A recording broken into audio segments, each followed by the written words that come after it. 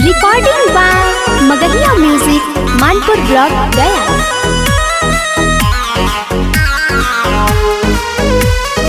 आप सुन रहे हैं जीतू राज को।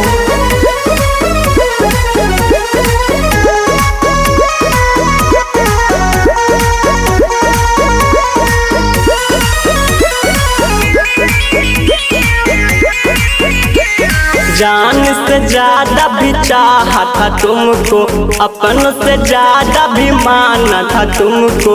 हाँ, जान से ज्यादा भी चाहा था तुमको, अपनों से ज्यादा भी माना था तुमको। दीप जख्म हट जाई नहीं से बुलाएंगे कभी भी, लौट कर न वापस तेरी लाइफ में आएंगे। कि सुन लो कभी भी लौट कर नहीं वापस आएंगे। सुनी जो तूने की अच्छा नहीं की।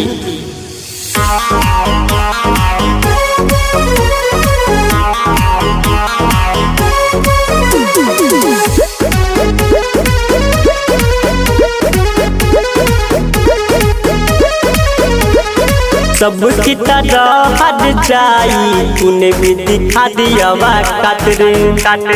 दूर रहना मुझसे, अब जोड़ता हूँ तेरे आगे हाथ रे। सब की तरह हट जाई, तूने भी दिखा दिया वक़्त रे। दूर रहना मुझसे, अब जोड़ता हूँ तेरे आगे हाथ रे। नफरत का मतलब अब हम तुझे दिखाएंगे कभी भी, लौट कर न वापस तेरी लाइफ में आएंगे। कि सुन लो कभी भी लौट कर न वापस आएंगे। Recording by Magahiya music, Manpur block, Gaya.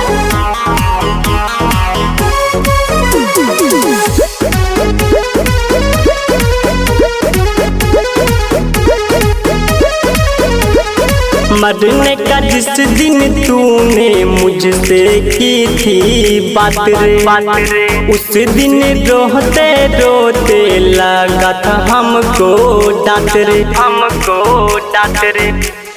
मरने का जिस दिन तूने हमको से की थी बात रे, उस दिन रोते रोते लगा था हमको डांट रे।